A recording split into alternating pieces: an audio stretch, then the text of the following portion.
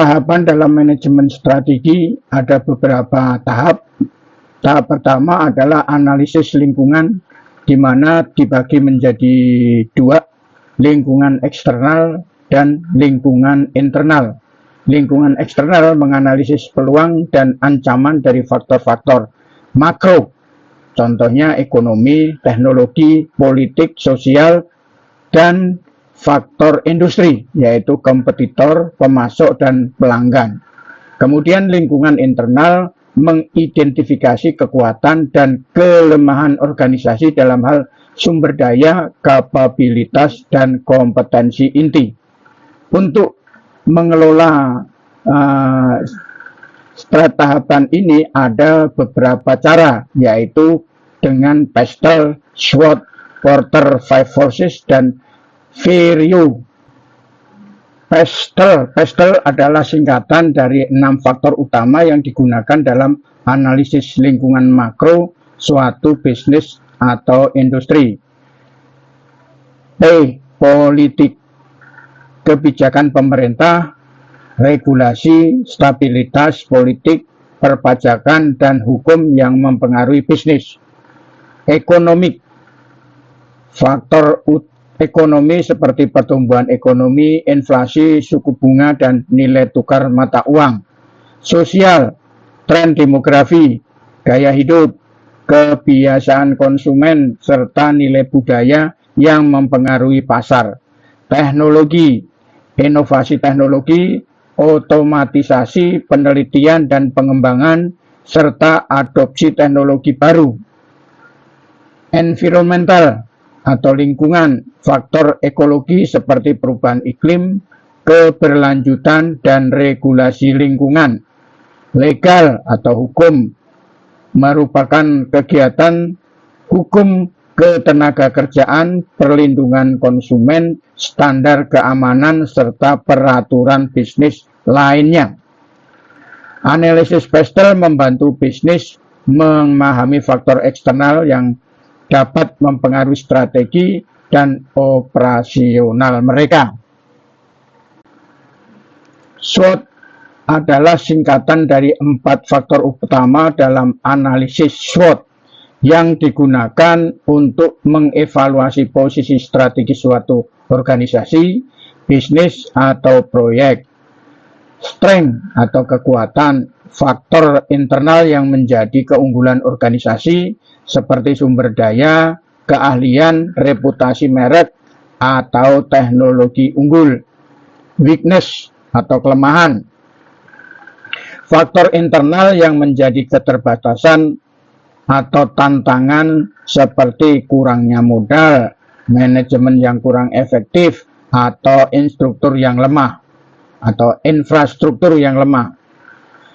Opportunity atau peluang, faktor eksternal yang dapat dimanfaatkan untuk pertumbuhan seperti tren pasar, perkembangan teknologi, atau regulasi yang mendukung. Threat atau ancaman, faktor eksternal yang berpotensi merugikan organisasi seperti persaingan ketat, perubahan kebijakan pemerintah, atau krisis ekonomi. Analisis SWOT membantu dalam perencanaan strategis dengan mengidentifikasi kekuatan untuk dimaksimalkan dan kelemahan untuk diperbaiki, peluang untuk dimanfaatkan, dan ancaman untuk diantisipasi. Porter 5 Forces. Porter 5 Forces merupakan model yang dikembangkan oleh Michael E. Porter untuk menganalisis daya saing suatu industri. Model ini membantu perusahaan memahami struktur pasar dan faktor-faktor yang mempengaruhi profitabilitas. 5 kekuatan tersebut adalah yang pertama, threat of new entrant atau ancaman pendatang baru. Industri yang menguntungkan akan menarik pesaing baru. Jika hambatan masuknya rendah, misalnya modal awal kecil, regulasi longgar, maka ancamannya tinggi. Contoh hambatan masuk, merek kuat, paten, ekonomi skala, kemudian akses ke distribusi. Yang kedua, bargaining power of supplier atau daya tawar pemasok.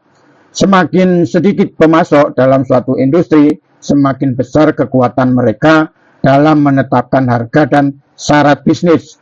Jika perusahaan bergantung pada beberapa pemasok utama, mereka dapat menaikkan harga atau menurunkan kualitas bahan baku. Yang ketiga, bargaining power of buyer atau daya tawar pembeli. Jika pelanggan memiliki banyak pilihan atau mudah berpindah merek, mereka memiliki daya tawar tinggi. Faktor yang mempengaruhi jumlah pelanggan, diferensiasi produk, biaya perpindahan ke pesaing.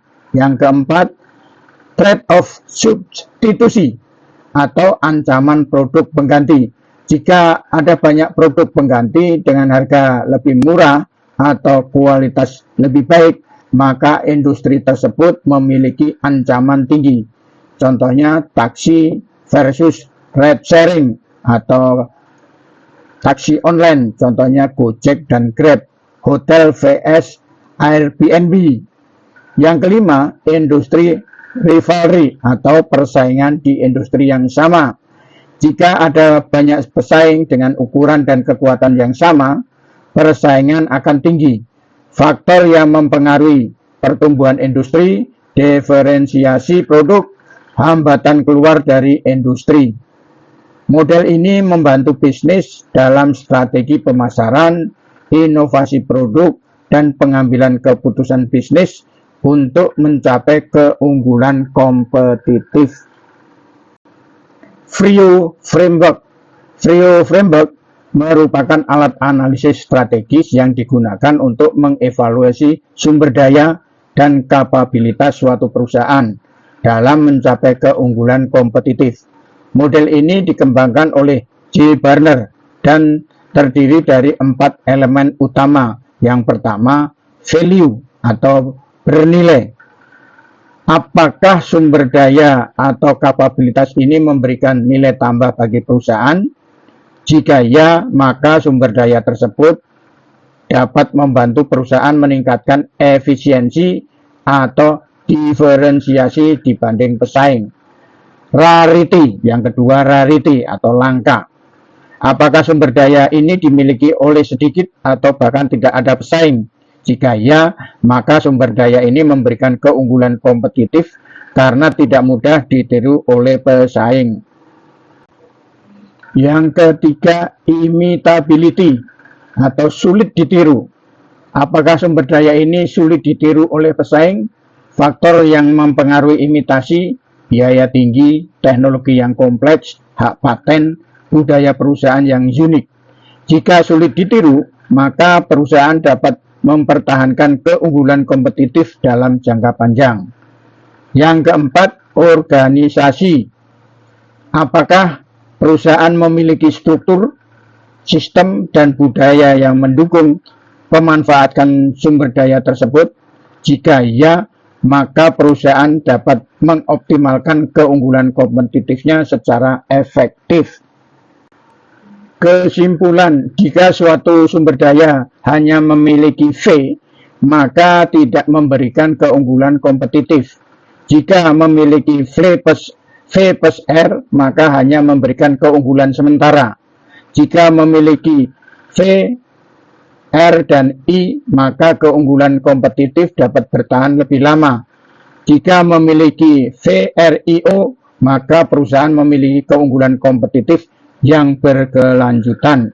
Contohnya, merek Apple, dia memiliki FRIO, di mana Apple memiliki brand kuat yang sulit ditiru, memberikan keunggulan kompetitif berkelanjutan.